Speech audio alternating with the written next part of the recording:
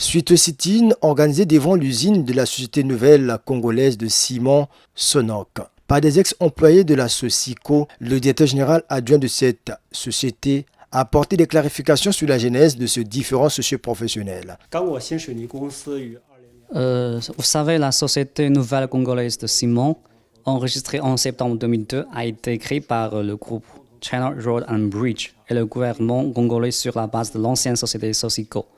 Nous avions investi conjointement dans la restauration de la cimenterie qui a finalement commencé la production officiellement en avril 2004. Cependant, les ex-travailleurs de la Socico n'étaient pas satisfaits des droits de licenciement qui leur avaient été accordés à l'époque. Ils ont donc protesté en bloquant les routes à l'entrée et à la sortie de l'usine Sonoc et en organisant des sit-ins. Alors, à la création de la Sonoc, la question est clairement définie. Le gouvernement du Congo étant responsable de la résolution des questions restantes concernant les droits des travailleurs de la Socico.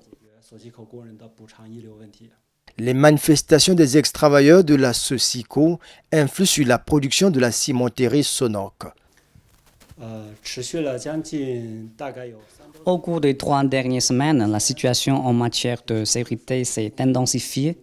Les ex-travailleurs de Socico ayant recommencé à bloquer les entrées et les sorties de l'usine afin d'empêcher le flux de ciment, interceptant les véhicules importés dans l'usine et menaçant et intimidant les personnes qui entrent et sortent de l'usine.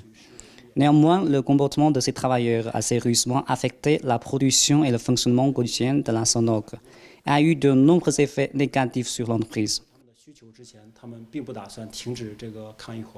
Le directeur général adjoint de la Sonoc a sollicité l'intervention du gouvernement afin de trouver un compromis à l'amiable avec les ex-travailleurs de la Socico qui se disent déterminés de poursuivre leurs protestations jusqu'à la prise en compte de leur situation.